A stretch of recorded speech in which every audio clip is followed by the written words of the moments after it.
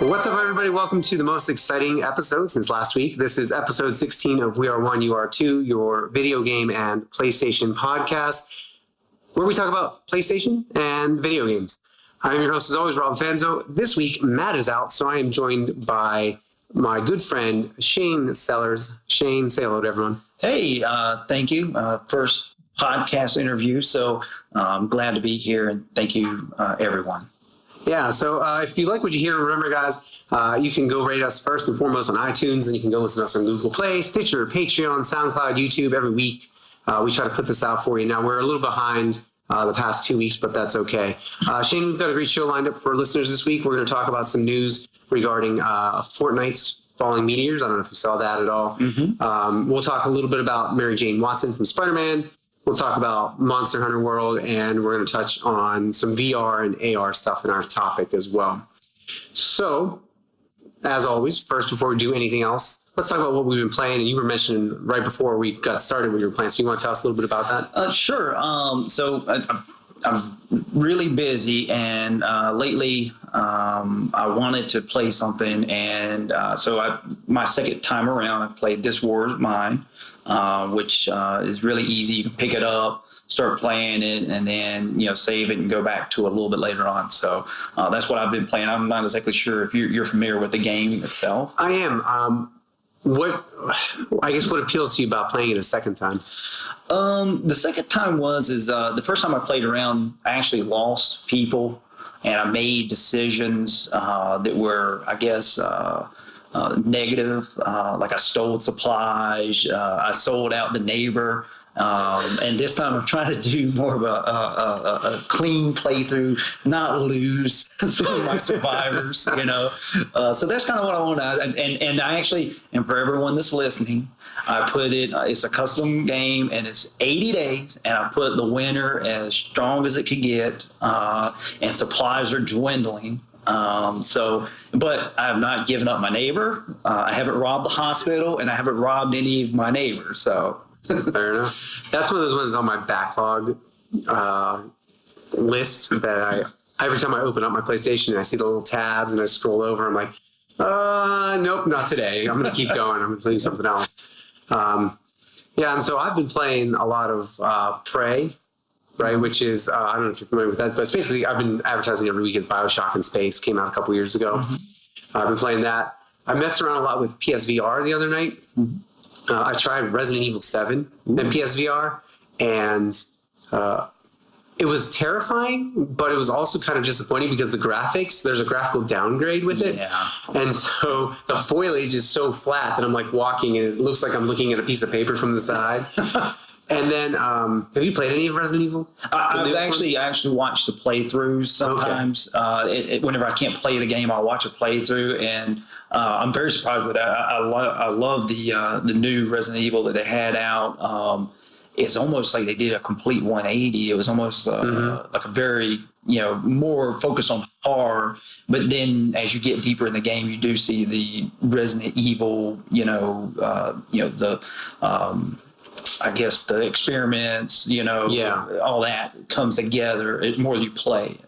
Yeah, and so the beginning with the woman that your girlfriend or your wife, whatever you're going to rescue, I don't know if it was just my experience, but when I was playing it, she looked like she was about 3.5 feet tall in VR. And so I also couldn't take her seriously when she was like, we got to get out of here. And I was like, I'm falling around like mini-me. Uh-huh. And so I've been playing that. And then I fired up today, out of sheer curiosity, I fired up the new God of War. Oh, okay. And because I've never played any of the other games. Mm-hmm. And I'm sure I'll be talking about that more in the weeks to come. But that was really good. It's really good. It's very much like The Last of Us with Kratos and his son. And it tells you pretty much from the very beginning why you're on this journey and everything like that. The combat's very different. It's not the button mashing that it used to be. It feels a little bit more Dark Souls-ish with dodging and stuff like that. And so that's kind of what I've been playing as well, and I don't know. We'll see. I'm excited to do God of War, but that also means that something else has to go in my backlog. So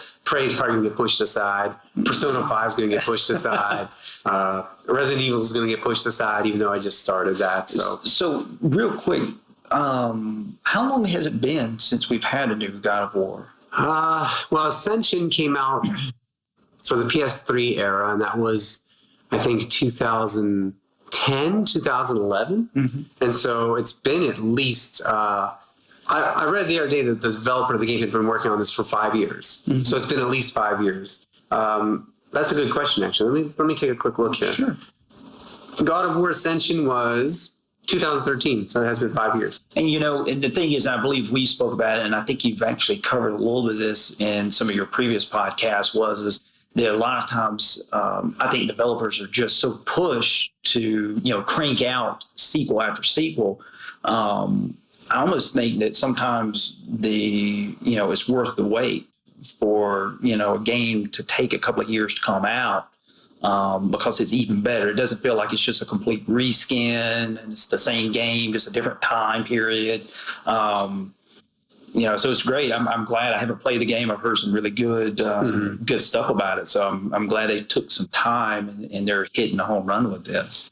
Yeah, I mean, the Metacritic stuff on it's really high too. It's been, I think it's currently sitting at a 95 or a 94 on Metacritic. And so it's been the highest rated PS4 exclusive this generation, which means it beat out Horizon Zero Dawn, which shocked me because I loved Horizon so much. So that's a little bit of what we've been playing. We're going to go ahead and move on to our PlayStation news.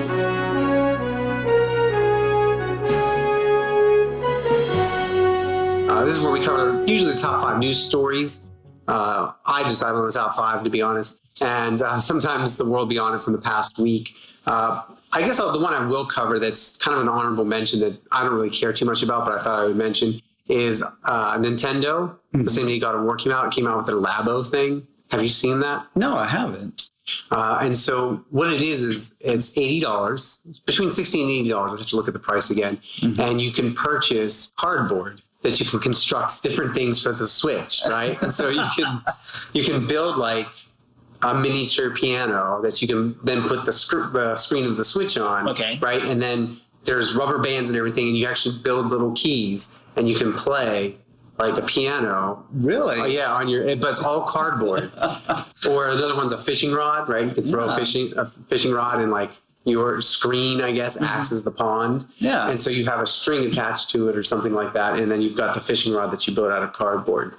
And so it's aimed towards kids. From what I was reading, adults can usually put that stuff together in less than an hour. And then kids have been going nuts decorating or whatever, but it's basically, it's $70 for cardboard that you can function with rubber bands and stuff like that to turn into, make the game more interactive. Well, I knew, like, whenever I was a kid growing up, with the arcades, I was always fascinated with the artwork and everything. You go play down, you see the Street Fighter, and then one side you've got someone throwing a fireball, and on the other side, so it's kind of the same vein. So I could see it. Yeah, so that's that. I just wanted to mention that. The other thing so we'll talk about the other 5 stories here. The first one is that that's later on. The first one is that Fortnite. I don't know if you've played any of Fortnite. I played got around to it. We talked about playing it. Yeah. And Matt and I decided one night we thought we might do a Let's Play, and it was the one night the servers were down. And so we were like, well, this isn't going to work, which I still have to edit that video because that in itself is funny. But Fortnite has been having meteor showers occurring more and more frequently in the game. And they won't tell anyone what it is. And so they're basically, and this is just from Kotaku, it says, Fortnite's big space mystery continues to ramp up and baffle people. Today, players looked up and will notice there's not just one comet, but rather a variety of burning objects falling from the sky. What does it mean? And so this was Wednesday. Today's Sunday when we're recording this. People were convinced that it was going to strike the map and like destroy the map and like reveal this new map or something on the Wednesday. Nothing has happened since then. And so I'm thinking that they're probably just going to build it up until it's a huge event and something big lands or whatever. And so if you're a Fortnite fan, that's just exciting, I guess, to see logging in every day and watching the stuff fall. The other story that I wanted to mention, Matt and I talked about this because this is my game of the year. I think this year, or will be, is Spider-Man on PlayStation, coming out September 7th. And a bunch of details came out this week from Insomniac regarding Mary Jane Watson, and that you'll be able to play as her, and that you'll have quite a few missions with her as well. And so that's kind of exciting. just for the fact that it's not going to be entirely from Spider-Man's point of view. And it reminds me a lot of the Arkham games. Yeah. The majority of those were from Batman's point of view, but there was one or two, I think, maybe there was DLC where you took over as Robin, if I remember correctly. And there was also opportunity to play as Catwoman for a bit in the later Arkham games. And so it looks like Insomniac's doing the same thing. I just wanted to mention that one as well. News story 3. Let me get this out of the way. Did you play any of Nier Automata? No, I didn't. I'm sorry. I was just curious. So there was a game that came out last year that I had not really paid a whole lot of attention to. And as it got closer and closer, I started paying more attention to it.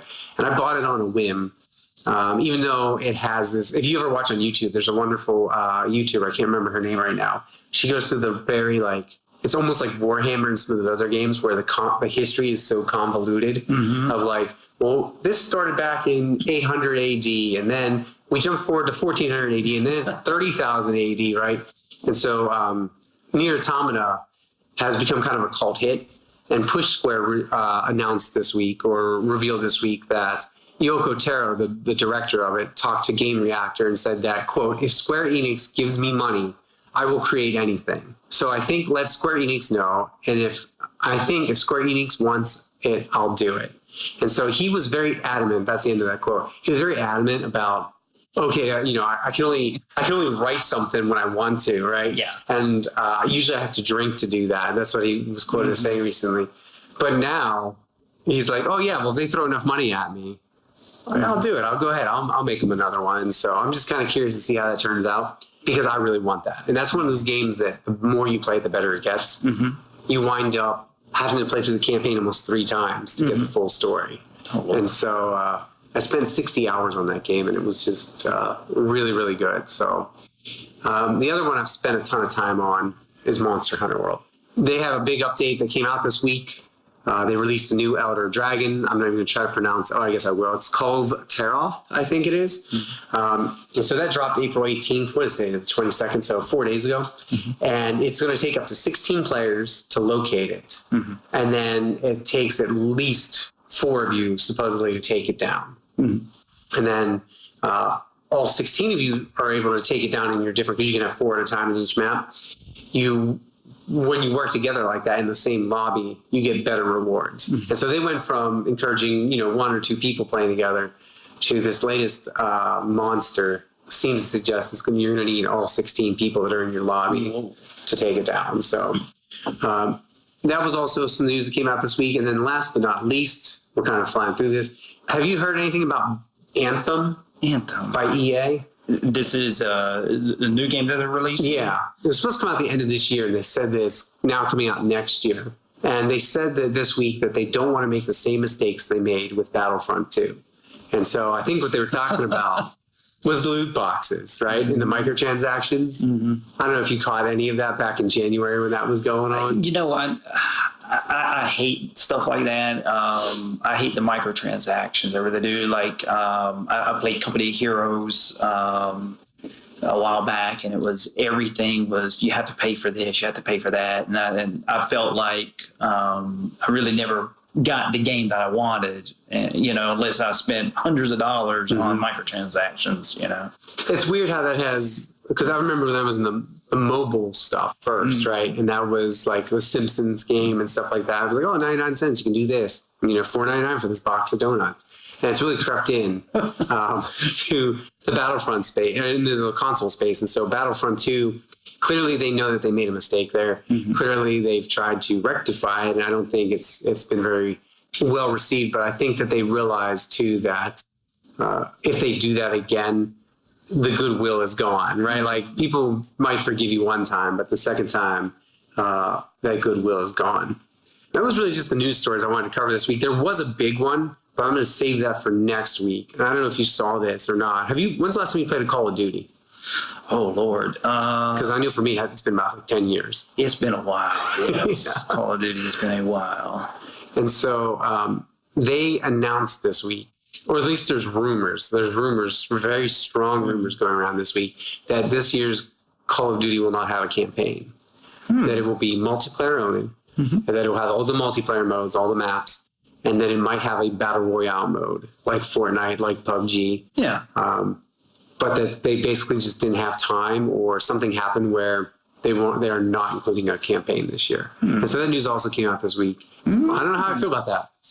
I don't play Call of Duty, so I don't really care, I guess. But I know a lot of people who love that for the campaign, right? Because you still love that single player stuff, and so. Well, you bring that up, but have you seen the new Far Cry?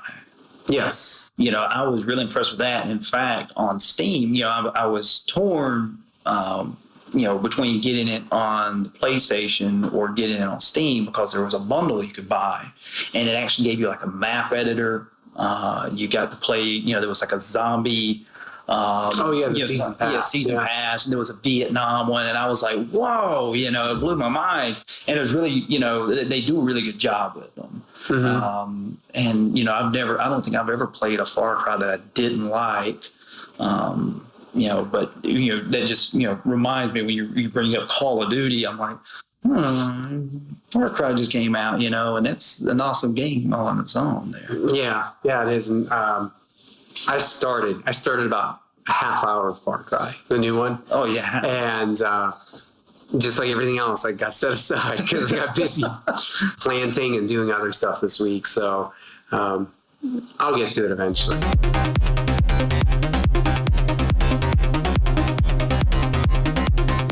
Let's go ahead and talk about our topic. Let's talk about PSVR and some AR stuff. I'm going to let you start on this because you actually had a PSVR headset before I did. You're actually the reason I got into it, right? Yeah. I got inspired. And so if you want to talk about a little bit about your experience with PSVR, sure. If you want to talk about some of that AR stuff you showed me this week, and we can go from there. Yeah, sure. Well, first of all, I don't know about you, but whenever I grew up, there was this virtual reality, and it was always a mythical fable. Everybody was like, that one rich kid had a virtual reality suit, and when you played it, it was like you were in a different world. And then, you grew up with movies like Lawnmower Man and what is it? I'm trying to think. Johnny Mnemonic, where everybody was in this virtual reality. Yeah. And so. Our concept of what virtual reality was, it was all over the place. And now, and I actually remember reading an old Nintendo magazine where someone was trying to sell a virtual reality rig. I guess it had like the, one of the machines that you walk on, and, you had the big old goggles and everything. It looked pretty sophisticated, but I guess they were trying to sell it for like this super exorbitant price. But it's fun to see. Now you can go to a store and you can buy actual virtual reality. My experience was, and I think I told you, it's almost like having a small roller coaster ride in your living room. And I think that's kind of good and kind of bad. I think their biggest issue is people are getting motion sickness from playing it now. I was just really amazed. When we sat down and we played it, I think we were playing one game where you're a cat and you're hitting the mice, and you could look behind you and you could see the washing machine, and you could see like the brooms and stuff like that. And you could explore all these different areas, and it was almost like being in a small little, world. I think you did one that was a church, and you could, you look all around the pews and everything like that. So I'm glad to see it. I think we're just seeing the tip of the iceberg. I think, you give this, virtual reality some more years.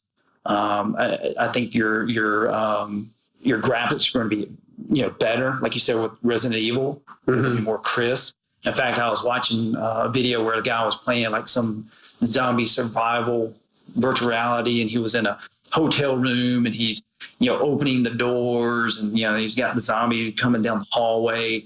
I can only imagine how that would be if I was playing it, and imagine if the graphics were 10 times better. Do you think it's still immersive now, even without the graphical fidelity? Yes, and the thing is I don't want to come across as graphics are everything, because that was like the big thing back in the day. If the graphics, you still had a crap game. We know that there's 8-bit titles right now as you can go buy on Steam that are more playable than something that's polished, with graphics. So I think it's just designing the game, the playability on it, and coming up with something that's just really, really, fun. I went to a game expo up in Raleigh, where I put one on, and it was like playing Space Invader.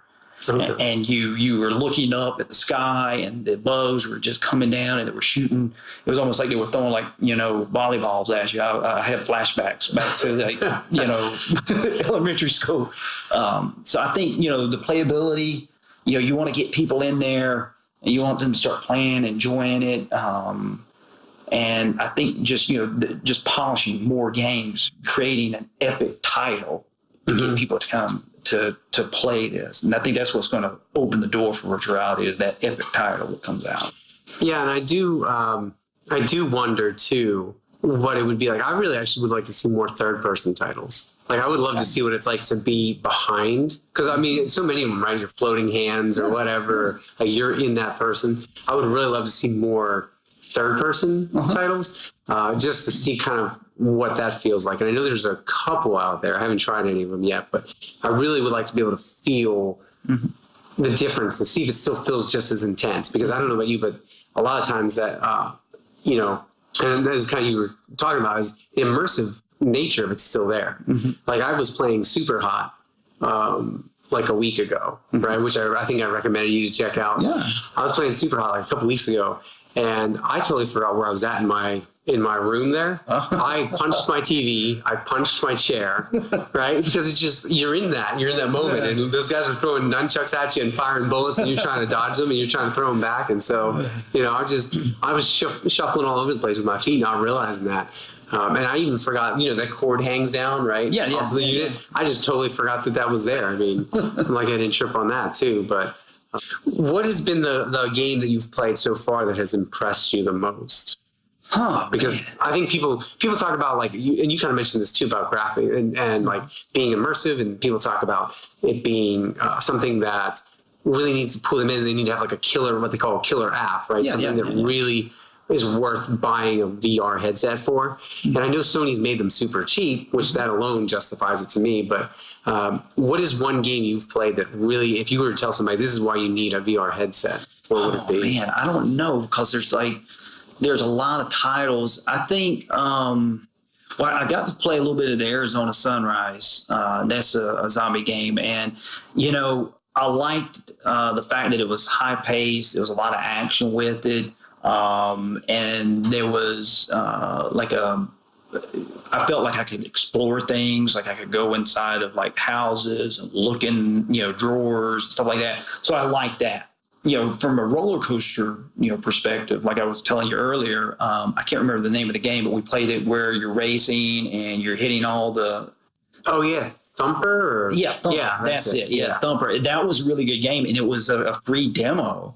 But I was just like, man, I'm going to start dreaming this stuff, because I was, I kept leaning to the left, and before I knew it, I was like facing completely opposite where I was at. And, you're just jumping and you're hitting the buttons at the same time, and you've got the total immersion with the sound, and the shapes are just coming at you fast. And that's why, that bleeds into our previous conversation where we talk about where, graphics versus playability. That's not a very graphic intensive game. I think that's, you're using, different, configurations of colors, and, you're basically just going into one track. You're playing as a racing game. Well, right. You're not really racing anything, but you're moving fast. So that, I think, if I set someone down to play like just one game one time, and I didn't want them to get sick and, hurl their lunch or whatever, I'd probably sit them down and let them play that first and get into it, because I thought it was very, very quick, Okay. Yeah, I think for me it would probably be either Super Hot. Okay. Because it makes you feel like, if you ever saw the John Wick movies, it makes you feel like a combination of John Wick and Neo from The Matrix, which I guess it just makes you feel like Keanu Reeves, since he's in both, right? And then the other one that I'd say has really sold me on it, even though I just played that small demo of it, was that mouse game. Okay, yeah. Right? Because that was just kind of that was almost, I guess, third-person perspective, right? Because you're helping that mouse out, and so you're guiding him along. And so that really sold me on, too. The other one that I did that really blew my mind was Wipeout. I don't know if you've played Wipeout back in the day. It was a racer game. right? And you controlled like floating ships. Yes. Nintendo 64 had it as well, I think. Or was it Super Nintendo? No, it was just PlayStation 1. PlayStation 1? It was PlayStation 1, yeah. I mean, it was F-Zero. Oh, yeah, that's it. Yeah. F-Zero. Similar concept, though. They added, I have the regular Wipeout collection on my PlayStation 4. They added VR to it. Oh, wow. And so that is, you were talking about graphically immersive. Yeah. That looks beautiful. Right. Like, I wish I didn't even have to race around the track because I just want to look around as I'm driving, right? But that one really sold me on it too. And so I think Wipeout, Super Hot, and Mouse would probably be the three that really like have convinced me so far that it was worth the money or worth the purchase. What did you think of when we were playing and we had the wands, I kept wanting to have like a power glove or something. Yes. Like wear a glove so you can open a door, just like you would do something. Or, I could even see that, we play like the gun games. You just, you're holding your hand out. I think that would be a really good thing. If anybody's listening, power glove for the VR, just saying. Yeah, I do. Because when you're holding the wands in your hand, it feels more natural to be reaching. Yeah. But then my brain also goes, well, I'm holding a stick. Yeah. Right. And so, okay, I'm going to turn the knob. It's kind of like, it's like Super Hot, right? I'm grabbing the ninja star. But instead of grabbing the ninja star, I'm pressing a trigger button. Yeah. And then I'm releasing it on time, right? Mm-hmm. Whereas if I just had the glove and I could feel like I was grabbing it, I think that would make a huge difference. That also leads me into have you seen Ready Player One yet? I have not. I won't spoil it for you. I will say, because I taught it to my students this year, they gave me a lot of crap. Mm-hmm. Like they came in that Monday and the weekend after it came out. Yeah. And they were like, did you see Ready Player One yet? And I had to say no like 10 times. I finally told them. I finally sat everyone down when they all got in the room. And I was like, guys, I have an announcement to make. I have not seen Ready Player One. Please quit asking me. I thought I was going to have to send out like an email to everybody because they were just, I told them like movies coming out. This is why we're reading this book, blah, blah, blah, and they went and saw it, and I still haven't done it. I've been really terrible about that, though. That's a different conversation. Oh, yeah, not a problem. One of the guys I actually keep in regular contact with, Sofa of Adam, on Twitter, and he has his own YouTube channel. He does nothing but PSVR. Mm-hmm. He does a lot of Skyrim. That's the one I haven't touched at all. And I don't know if you've gotten to play with it anymore. So Shannon got the VR system. She came home with it, and she bought, I guess it was a set that came with Skyrim, and she played it for 20 minutes, and she got so sick that she couldn't play it anymore. So I haven't played it, but supposedly she fell off cliffs, and it was not a good day for her. So. I will say the motion sickness gets me. I did the Starblood Arena, or Starcraft Arena, and I was totally fine navigating that ship around. Mm-hmm. But then it tells you in the tutorial, do a barrel roll. Mm-hmm. So I did that, and no, my stomach, I went to bed that night a half hour later, and I felt, I couldn't. I laid there for another hour in bed going, no, I feel sick. Like, I didn't even want to close my eyes because that barrel roll just did me in. So the motion sickness is something that I think they'll have to work on. I think, too, it's also our bodies can adjust, right? And I think if we do it enough, your body adjusts as well. While we're on the topic of VR, though, the thing that's also talked about, not so much with Sony, though, is AR. So you mentioned AR. You sent me a tabletop gaming thing. Do you want to talk a little bit about that? So AR, augmented reality. I'm a big tabletop, role player. Love wargaming. I have, my house is full of 28 millimeter, 15 millimeter miniatures. But I saw a link on Facebook where they're using augmented reality to create these armies. And basically, you can have a piece of paper or a piece of, it's just a card.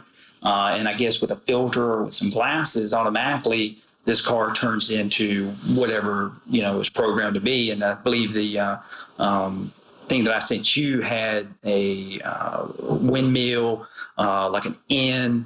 We also had, from Dungeons & Dragons, you had a beholder. And these were really, very detailed.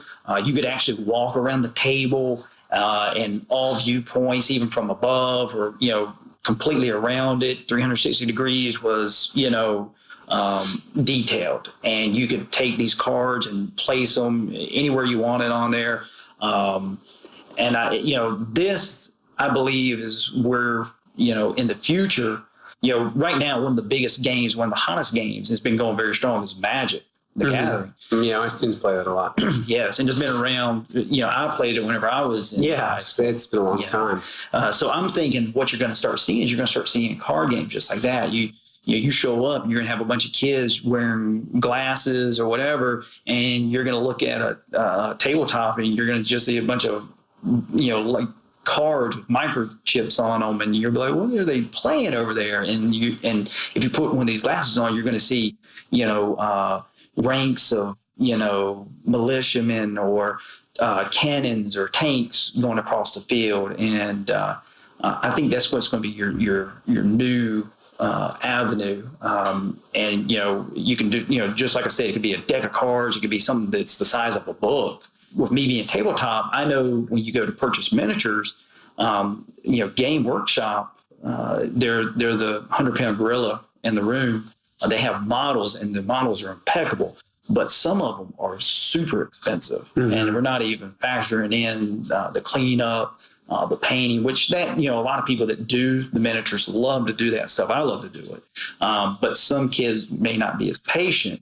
And I was watching the other day where someone had a dreadnought from Warhammer 40K that was one of these augmented reality cards that you could put down, and it was every bit as detailed. Well, it was good enough for tabletop suitability. And I still think you're going to have people that want that physical miniature. I love my physical miniatures. I love showing them off. But I think that car is going to take a bite out of some of that. And so I think since you're in methods, there's pros and cons to that, right? Because the pros would be you could pay for that miniature or that AR miniature, I should say. And you could actually probably, I would imagine, if they did this right, maybe use through a computer program, you could customize it over and over and over again, right? Yeah. And so it wouldn't be like a physical one where you paint it once and it's done. You could do this over and over again. But then you also, like you said, you lose the hands-on, the tactile part of it, right? The art form of painting and designing like that as well. And so that would be interesting to me because I feel like you might end up losing out on, you would have a whole generation that wouldn't appreciate maybe that same thing of going into designing it, yourself, painting it, and doing everything by hand rather than just, let me purchase this. Let me select a couple drop-down menus and it'll color in, right? Kind of like what you do in Avatar now and when you do something like Fallout or whatever. Oh, yeah. Right, where you just, the drop-down menus and da-da-da. I don't know, that would be interesting. So you mentioned a lot of tabletop gaming. Would that work really nicely, I think, too, with something like Dungeons and Dragons? Of course. I mean, like I said, that example that I sent you had a Beholder, which is one of your, biggest monsters that is in Dungeons and Dragons. So yeah, I mean, imagine, instead of going out buying miniatures and painting them and trying to get everything ready in 2 weeks for your RPG game, you go out and buy a deck of cards, and now you have an end that you can just slap down on the table. And it's very interactive. You take off that card, your adventurers go inside the inn. Now you put another card down. It's the interior of the inn. And you have, you're seeing tables, you're seeing the barmaid, you're seeing, the shady looking thief in the back corner, So I think all of these are very, it just opens up so much opportunities. Another thing, going back to what we were just talking about, I'm a big business type of guy. Why just offer the card? Why, when you go buy it, hey, you get an option. You can buy the miniature and you get the cards. So maybe you don't want to take your miniature out. You just take your card out and play, So like a mix of AR and the actual. Yeah, that would be, And then those people, that's actually smart for the companies, right, who make the miniatures, because then they don't lose money. Yeah. Right. And if anything, they can charge a few bucks more for that. So here's the AR card that comes with it too. And that way I didn't get to paint my miniature, but I want to play him. So you play down the card, whatever. Yeah. No, that's a good idea. Do you think that something like those card games would work? So they would obviously work in AR, right? And that's great because then when you're in person with somebody too, is there a space in VR for like a Dungeons and Dragons type game? Oh, yes, I think so too. And in fact, I wonder even if you can marry the two. We were talking about, imagine you put the augmented reality card down on the table, and then you put some sort of virtual reality goggles on, and now you've got weather effects. It's snowing. You have rain. You see when a tank shoots, you actually see the shell go across the battlefield. Virtual reality, if we're talking virtual reality alone, I think, it's open-ended. The possibilities are there. Dungeons and Dragons, any role-playing game that you could think of, even doing your own homebrew. Yeah, that would be awesome. Yeah, I'm excited to see where all that goes. I've messed around with AR on my mobile phone, right? Like the little cheap, I don't know, it was like a basketball game where you shoot from your screen, right? And the basketball hoops somewhere. And that's not nearly as exciting to me. And I think that VR and AR are in the same place right now, where I want a wireless VR headset, right? I don't want that cord from them hanging down. I want that wireless, and I know that's going to cost a lot of money and take some development time.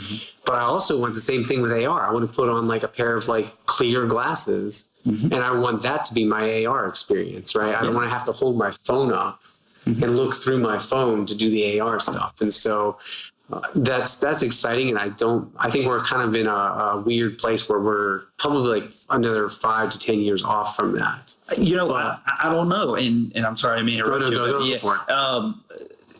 Magic right now. And the only thing I say about Magic is they do a really good job with the artwork. I went down to Atlanta for Dragon Con and got to meet some of the artists there that did the work on there. And I think that leans a lot of weight to the card itself.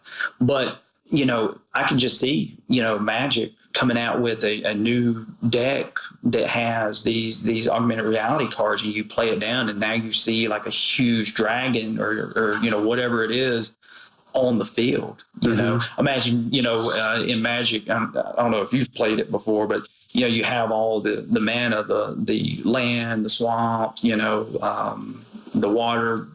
Imagine playing those down, and you have a beach. When you play that down there, so you look on there and there's your beach, or there's your swamp, and you're seeing the mosquitoes, going around in the swamp area and stuff. Just, an idea. Yeah. So we'll see. I mean, it's exciting. And I'm excited. Matt this is why I had to have you on for this conversation, because I've tried every week to tell Matt PSVR he needs to get one, and it's the thing to do, because he doesn't realize that this was when we went from the N64 to PlayStation 1 era. We went from the cartridges to CDs, and the graphics changed. This is a leap. And so I think that this is the beginning of something. And I keep telling him that too. I do too. I really think. And like I said, I think we're waiting on that epic game that's just going to knock the doors off of virtual reality. And people are going to be like, I've got to play this. I got to play it, and I think that's what we're right now. I think we're still in that testing stage where we have some games and people are enjoying it and they're having a good time with it. But I want that one game, for me, when PlayStation first came out, was Resident Evil. Yeah, I was just saying that was what it was for me too. Yeah, and I remember my friend was like, "Hey man, I'm gonna come over. I got a PlayStation." I said, "You got a what?" He said, "A PlayStation." I said, "Oh, okay, what is that?" He's like, "Oh, it's a new video game system that just came out, and man, I got this Resident Evil game. We're gonna play it." And so we came down, we cut the lights out, and by the first time when the dolls busted the window, I was like, "Oh, I was hooked." That was a game for me. I remember too. Same thing. My buddy invited me over. He's like, "I got a PlayStation," and I knew what it was, and I was like, "Okay, I'm really excited about this." He's like, "Oh, I got Resident Evil." I was like, "I don't know what that is, but yeah, we'll do it." And I remember just the zombie turning around when you run into that first zombie and it turns around, and I was like, oh man, we had the lights off. It was 11 o'clock at night. I was like, we need to go to bed. I'm done. I can't do this. Which is really funny because, the thing, I'm playing RE7 in VR, right? And it's kind of that same experience. But I'm so snobby about graphics, not on a normal level, but it's kind of like we watched, side tangent here, we watched a VHS movie a couple days ago. Yeah. On our 4K TV. And I'm sitting there going, man, this is so weird to watch this grainy footage compared to what we're used to now. And so PSVR is great, but when you've got games like God of War and games like Horizon where they're just beautiful. And then you strap on this headset and it's like, well, it's not quite as beautiful, but it's still, it's still fun to do. You almost have to kind of remind yourself it's like a PlayStation 1. It's like the beginning, right? Yeah. And you have to, but anyway, yeah, that's just, I'm excited to see where it goes. And I'm going to bother Matt every week until he gets one because I just think it would be great. I love it. Anything else you want to say about it before we move on? I'm just excited about the future. I think you've said it perfectly when it's like the PlayStation. We're in that area, and I'm just hoping. My mind wonders what it's going to be like 10 years from now. That's kind of why I brought up that Ready Player One. I don't think it's going to be the Oasis, but I can really see this taking off into something, go on a vacation, you put on the glasses and, you're skiing in the Alps or something like that. And I know people who don't know what VR is. And so like Olivia's parents, her mom's like super excited. She's like, I want to climb Everest or see somebody climbing Everest in VR. I was like, what? Calm down. If you're walking into VR with that kind of expectation, you might be a little disappointed. But if you walk in there going, okay, this is going to be something different, right? You just let yourself get sucked in. You really do. It is really a good experience. So we're going to move on. Before we do, I just wanted to mention, I saw this article. I was talking about Wipeout Omega Collection earlier, and we were talking about a couple, Starblood Arena, and a couple other ones. They've all received permanent price drops. It looks like on the PSN store. And so Wipeout Omega Collection is $20 now. And so if you don't have that, you should get it. And if you have a VR headset, you should definitely get it because that's just it. Like I was telling you earlier, it's just amazing to look around. I did a Let's Play of it where I just kind of screwed around with it for like 10 minutes. It's on the YouTube channel if you want to check that out and get a sense of what that's like.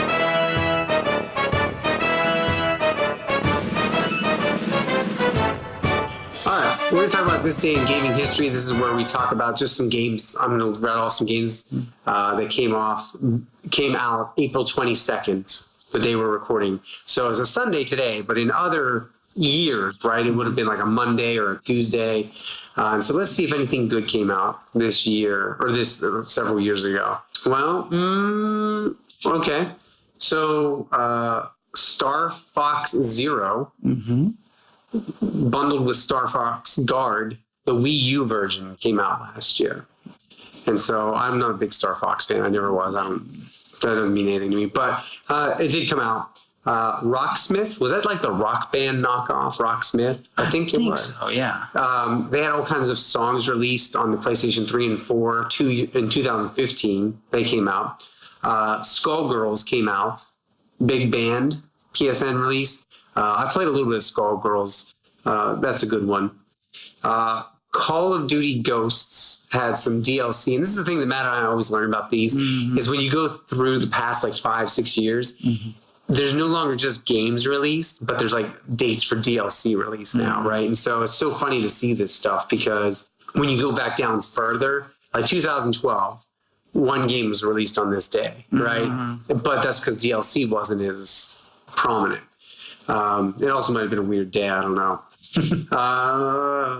Tiger Woods PGA Tour 09 was released on Android. I didn't even know they still made those back in the... I guess that was 2009. I guess they were still making those. That must have been the download where you dodged it, like the woman. Yeah, the woman. She pulled it out of his car. You dodge it. Yeah, I think, on your phone, right? Something to play on the train. Lego Star Wars came out in a bunch of countries in 2005. Matt loves the Lego games. Have you ever played any of those? Yeah, actually, I have. I played it. They're pretty fun. Yeah, I love them. They're ridiculous. Oh, man. Any other gems? Well, if we jump all the way back to 1997, the original Fallout, a demo version, was released. Did you know they had a demo version for the original Fallout? No. Yeah, it was released worldwide in 1997. Wow. I did not know that. And then we can jump all the way back to 1989. I'm pretty sure I had this game, Tommy Lasorda Baseball, on the Sega Genesis. No. I think I had that one. And then Super Star Wars was released on the Super NES in Sweden. That's the other thing too that's really funny about this is it always gives you the country. And so there was a couple weeks ago, everything for like 2010, every game in Germany must have come out like on this day. And so we had a huge list there as well. All right, well, nothing really exciting that came out, unfortunately. Sometimes we'll get like something really good, like Assassin's Creed, but those are typically in the fall, so that's all right. Well, Fallout was pretty good. That's a neat little bit of trivia in case you're ever stuck in a video game bar and somebody asks you, when did the original Fallout come out? You can say 1997, the demo was released. And you know what on that same conversation, whenever I went out for the release of Fallout, was it 4? They had a big thing at GameStop, and I went there to get it, and I'm telling him about the guy that he's trying to do Fallout trivia, and I'm asking him, I was like, okay, so you remember who Vic was, right? And he's like, I have no idea who that was. And I'm like, well, don't you know who Dogmeat is? He's like, no. I'm like, what? Where were you born? What travesty is this? You call this Fallout trivia? Fallout trivia, you don't know anything. That's not even old Fallout trivia. That's like newer Fallout trivia. Yeah.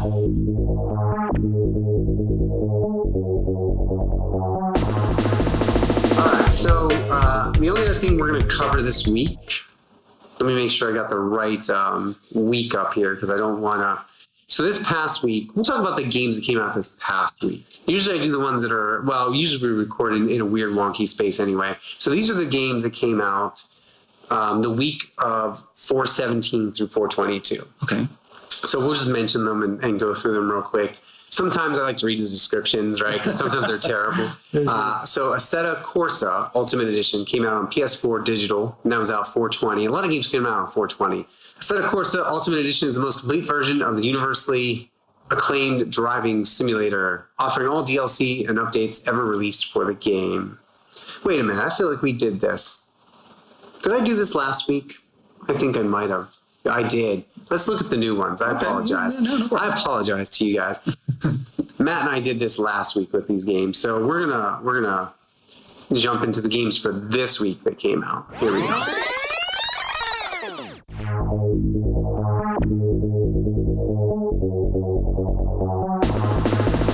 So this is 4/24. So we're recording this on a Sunday. So these are games coming out this week. In case you haven't played God of War, this is something else you might want to check out. So the first one's called Cluster Tumble, PS4 digital. Cluster Tumble is a fast-paced game of skill, complete over 100 puzzles as the pieces tumble down on the screen, rotating and moving them into the correct position. That sounds like Tetris to me. It is Tetris. That's what Tetris. Okay. I just want to make sure it wasn't me. Here's a VR game. Code 51, Mecha Arena, PSVR digital. 2040 AD. The world continues to deteriorate. Fighting for very limited living resources, World War III had broken out among the major forces. Shouldn't it be has broken out? The world continues to deteriorate. Fighting for very limited resources, World War III has broken out. Right? Yeah. Your English teacher is coming out. It's coming out strong today. Cosmic Star Heroine, out PS Vita, digital cross-buy. I'm kind of excited about this one. Although I don't even know what it is. 3 exotic planets to explore, aliens, robots, and magic. Forbidden technology, long-lost secrets, conspiracies, a galactic threat, and one brave heroine to make things right. Cosmic Star Heroine is an exciting new RPG from the creators of Cthulhu Saves the World. Ooh, yeah. Oh, all right. I've actually seen that game. It's pretty nice. I think I've heard of that one. Yeah. Here's one for you. Dead Secret, PSVR. Dead Secret is a first-person horror mystery set in rural Kansas in 1965. Who killed Harris Bullard? A reclusive man with a mysterious past is dead, and it's up to you to crack the case. I'm gonna remember that one. Dead Secret? Yeah, that actually sounds like the back of like a horror novel. It does. I like that one. I'm super excited about this one, not because I think it's going to be any good, just the name of it. It's called Death Road to Canada. Oh, yes. PS4 digital out 425. It's that 8-bit, you can see it's like 8-bit there. Oh, yeah. Death Road is built for replay value. Everything is randomized. Location, events, survivor appearances, and personalities. There's a different story every time you play, set in a world that doesn't take itself too seriously. So it's like a roguelike. Yeah, actually, I think Death Road, there was a previous Death Road, and I've actually watched it. And okay. it's actually funny. it's 8-bit graphics, but you get survivors and they get like hockey pucks and everything. It's really funny. So would you suggest that one to people then? Actually, yeah, I think it'd be a good play. Okay. And normally those games aren't that expensive. You pick them up on Steam. That's what I kind of like about them. But I think this is on PS4, so it'd probably be just as cheap as well. Yeah. Sometimes Matt and I, they're not out yet, but sometimes him and I like to check out and see if they're up yet. The PlayStation Store's not even loading for me, so we'll check that out another time.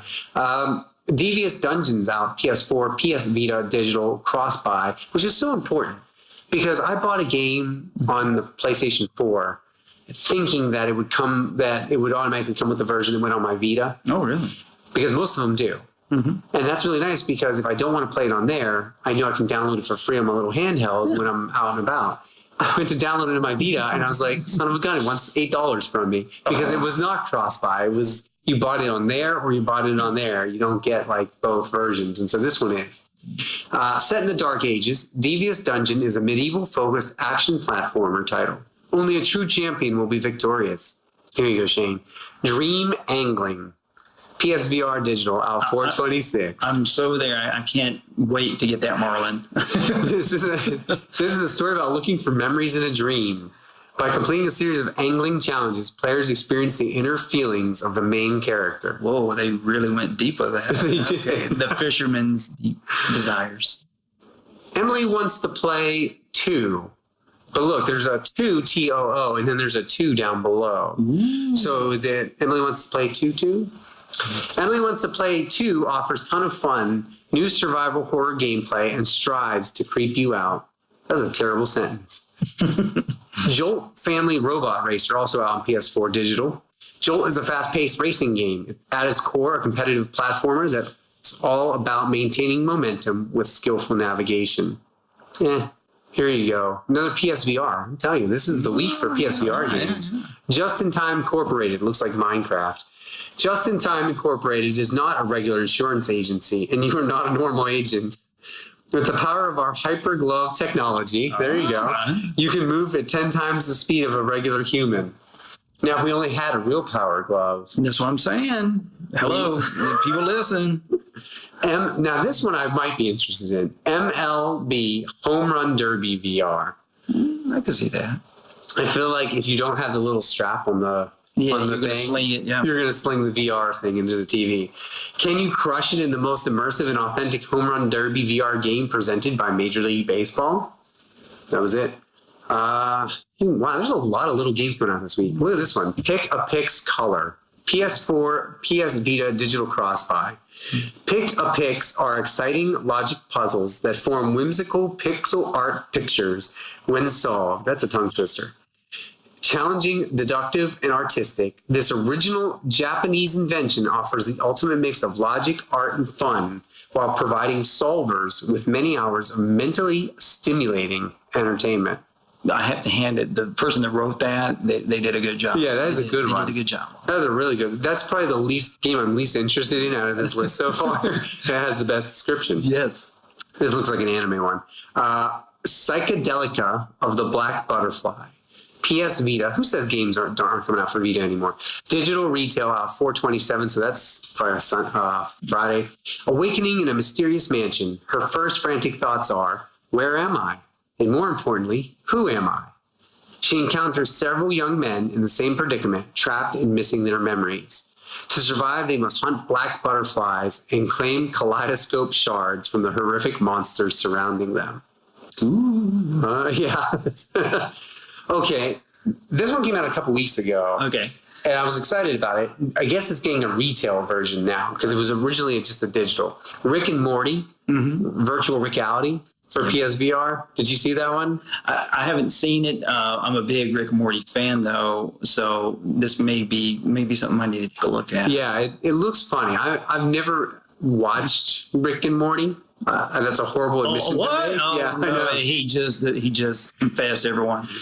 But I guess it's getting a physical read, so I'm not even going to read the description. But you basically get to go into your living room and you get to play.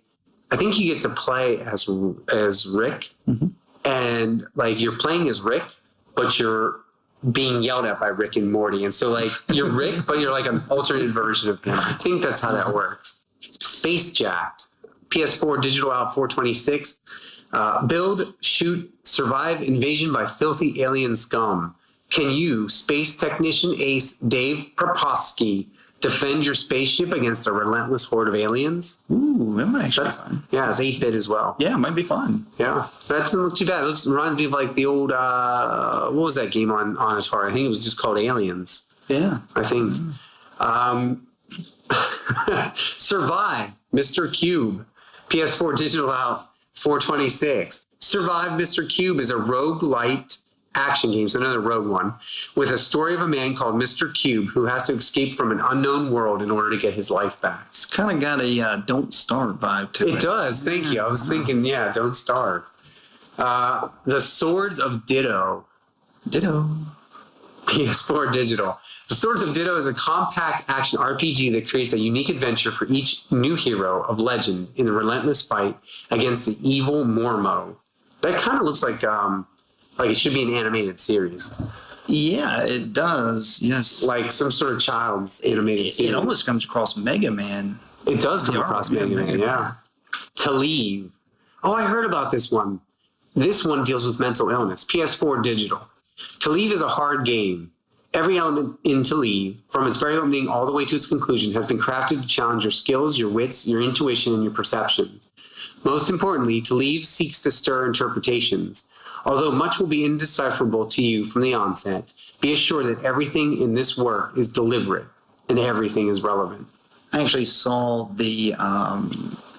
guess it was promo, or there was some footage from it, and it looked pretty interesting. But again, I think when you first play it, there's a lot of questions to it. So that's one of those ones. It looks really interesting to me. And I think, if I remember correctly, someone posted it in one of the groups I'm in about how that's a game about mental illness. It's kind of like Hellblade. And so I'm kind of excited to try that one out. Let's see. That takes care of See You Soon. Those are all the games that are coming out this week. And so whenever you're listening to this recording, whenever we actually get it out, which will probably be end of the week, maybe, hopefully for you all. Those are the games that you might want to check out. And I'll tell you what, since we've started doing this, I have been tempted to buy more games and add to my backlog than I would normally be. You know what I mean? Because now I'm sitting here every week reading about these. And so last week we talked about, I think it was last week or the week before, we talked about something called Epic Dumpster Bear. Yeah. And it's $6 on PlayStation, and it looks like a Mario knockoff where you're an angry bear whose dumpster has been disturbed. You know, we should do another podcast where we discuss just 8-bit, all the 8-bit games. All the 8-bit games. You know, it was a Hotline Miami. Yeah, that was a great one. Yeah. The second one as well. Yeah, I'll have to gather them all up, and we can talk about 8-bit games, and why they're so relevant still, right? Yeah. Why people still make them and still play them. And some of them are so fun too. Yeah, they are. They are really good. Well, I don't have any content creators to shout out to this week because none of you will email me your content that you create. So I can't really shout out your YouTubes. I can't shout out your Instagrams. I shouted out Gamer Hamer a few weeks ago. I shouted out Sofa of Adam, and he listens to this pretty regularly. You think he'd get off his butt over there in England and maybe suggest somebody for me. But I'm going to keep begging you guys every week to let me broadcast your stuff so that you can share it. So if you're listening to this and you make content like we do, let me know, and I'll just let our community know that you exist. I think that's pretty much going to wrap it up. Normally we look at PlayStation profiles to see what trophies, what games come out that might have interesting trophies. Let's just look real quick at Cluster Tumble. So it's name and lights, set a new high score, play a game with hard difficulty, play endless mode, play versus mode. This is literally Tetris. Complete 30 levels in endless mode. Use the rotation function for the first time. You can rotate pieces in Tetris, right? Play 50 games. Complete a level in under 5 seconds to spare. Yeah, it's pretty much Tetris. And then what was the other one we mentioned that might be interesting that we just talked about? I'm so terrible at remembering names. I don't know. I was going to look at, this is the second week in a row that I'm really tempted to look at the God of War trophies, but I heard they're super spoilery, so I'm not going to do that. Oh, no. I don't want to ruin that for anybody. Death Road to Canada. Because you mentioned, yes. So I think, Matt, I may have talked about some of these, but Some of them look pretty interesting. Got to get huge. Train strength 100 times. Build mass, build bulk. Train medical 50 times is called human repair. Train shooting 75 times, target practice. Train fitness 75 times, getting in shape. Help from my pals. You have to win familiar characters mode. And so you said you played the first one, or you just seen it? I've actually watched it. Okay. Yeah, and it was I think it was a blast. It doesn't take itself really serious, but it's got the survival sandbox, to it. You're going around into cities, and you've got your friends, and you're trying to get stuff, supplies and everything like that. So that's one I might have to check out. All right, well, that's really it. I guess I don't think I have anything else. You have anything else? No, thank you for having me here. It's been Thanks awesome. for coming by. Yeah. This has been awesome. You filled in very nicely for Matt. Sure. I didn't have to worry about a chainsaw in the background. I didn't have to worry about an ambulance going by. I didn't have to worry about his computer crashing. So Dave should appreciate all of that this week when he's editing this episode. So thank you guys. If you liked what you heard, come stop by on iTunes, rate us, like, share, subscribe. You can find us over here on patreon.com. You can find us over on iTunes, like I said, SoundCloud every week, Google Play, Stitcher, anywhere. Patreon's where I post everything right away to try and give you guys first. And so if you want to support and throw $1 our way, just throw $1 our way. It's over there on patreon.com/weare1ur2. Also check out the YouTube channel, subscribe to that. That's where all the other content goes up beyond Patreon as well. Those are the two first places. But you can always follow me and know everything before those two places if you follow me on Twitter over at weare1ur2 as well. So thanks for stopping by. Again, thanks to Shane for coming and hanging out with me today. Until next time, game on.